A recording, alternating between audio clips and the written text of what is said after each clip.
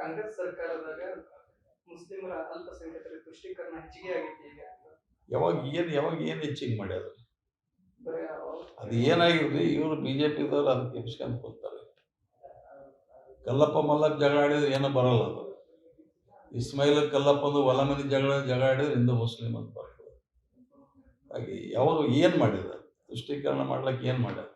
ಈಗ ಬೇಕಲ್ಲ ಉದಾಹರಣೆ. ವಿಧಾನಸೌಧ ಪಾಕಿಸ್ತಾನ ಜಿಂದಾಬಾದ್ ಆಯ್ತು. ಅದು ಯಾರು? ಏನು ಕಾಂಗ್ರೆಸ್ ಪಕ್ಷದವ್ರು ಅಂದಿವೆ? ಏನು ನಾಸಿರ್ ಅಂದ್ರ? ನಾವು ಅಂದಿವೆ? ನಾಳೆಗೆ ನೀ ಏನು ಅಂದ್ರೆ ಏನು ಸಂಬಂಧ? ಬಿಜೆಪಿ ಅಂದಂಗೈತಾ? ಬಿಜೆಪಿದವ್ರು ಯಾಕೆ ಅಂದಿರ್ಬಾರ್ದು ಅಂತೀವಿ ನಾವು? ಈಗ ಸಾಮಾನ್ಯ ಮನುಷ್ಯಂದ ಅವ್ರಿಗೆ ಅದಲ್ಲ, ಈಗ ಆ್ಯಕ್ಷನ್ ತೊಗೊಳಕತ್ತಿಲ್ಲ, ತಪ್ಪದು ಅಂದದ್ದು ಯಾರೇ ಇರಲಿ.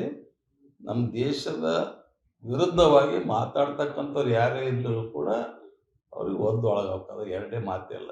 ನಮ್ಮ ದೇಶದ ಅನ್ನ ತಿಂದು ಇಲ್ಲಿ ನೀರು ಕುಡಿದು ನಮ್ಮ ದೇಶದ ವಿರೋಧ ಮಾತಾಡ್ತಕ್ಕಂಥವ್ರಿಗೆ ಎರಡನೇ ಮಾತಿಲ್ಲ, ಅದ್ರ ಬಗ್ಗೆ ತಗೋಬೇಕು. ಅದು ಯಾರು ಅಂದದಕ್ಕೆ ಕಾಂಗ್ರೆಸ್ ಪಕ್ಷ ಏನು ಸಂಬಂಧ? ಕರ್ಕೊಂಡು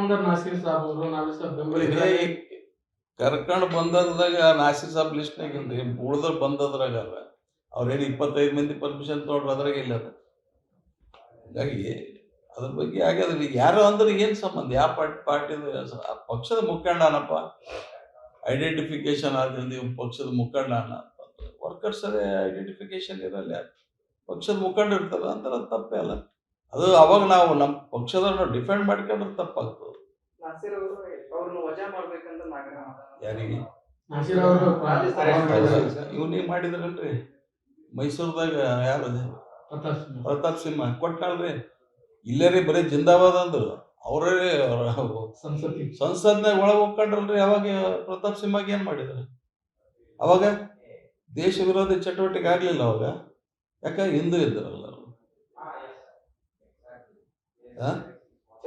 ಮತ್ತೆ ನಮ್ದು ಏನಾದ ಸಂವಿಧಾನ ಏನಾದ್ರಿ, ನಾವು ಏನು ಆಟ ಆಡ್ತೀವಿ, ನಮ್ಮ ಜನಗಣಮನ ಏನದ, ಮತ್ತು ಇವರು ಅದ್ರ ವಿರುದ್ಧ ತದ್ವಿರುದ್ಧ ನಡ್ಕೊಂತ ಹೊಂಟ್ರಲ್ಲ.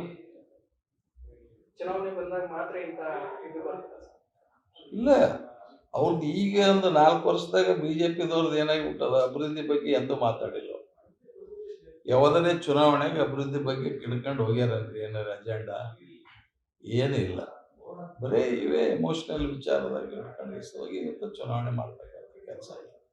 ಇಲ್ಲಿ ಯಾರಾದ್ರೂ ಕೂಡ MP ಗಳು ನಾ ಕೆಲಸ ಮಾಡಿ ಓಟ್ ಹಾಕಿರಂತ ಎಂದು ಹಿಂದೂ ಕೇಳಿ ನನಗೆ ಮೋದಿ ಮಾರಿ ನೋಟ್ ಓಟ್ ಹಾಕಿದ ಓಪನ್ ಆಗಿ ಅವ್ರು ಹೇಳ್ತಾರೆ. ಅನುಕ್ಷಣದ ಸುದ್ದಿಗಳಿಗಾಗಿ ವಿಸ್ತಾರ ನ್ಯೂಸ್ ಯೂಟ್ಯೂಬ್ ಚಾನೆಲ್ ಸಬ್ಸ್ಕ್ರೈಬ್ ಮಾಡಿ. ಹೊಸ ಸುದ್ದಿಗಳ ನೋಟಿಫಿಕೇಶನ್ಗಾಗಿ ಬೆಲ್ ಐಕಾನ್ ಕ್ಲಿಕ್ ಮಾಡಿ. ಲೇಟೆಸ್ಟ್ ಅಪ್ಡೇಟ್ಸ್ಗಾಗಿ www.vistaranews.com ವೆಬ್ಸೈಟ್ಗೆ ವಿಸಿಟ್ ಮಾಡಿ. ಅಂಗೈಯಲ್ಲೇ ಜಗತ್ತಿನ ಸುದ್ದಿ ತಿಳಿಯಲು ವಿಸ್ತಾರ ನ್ಯೂಸ್ ಕನ್ನಡ ಆಪ್ ಡೌನ್ಲೋಡ್ ಮಾಡಿ.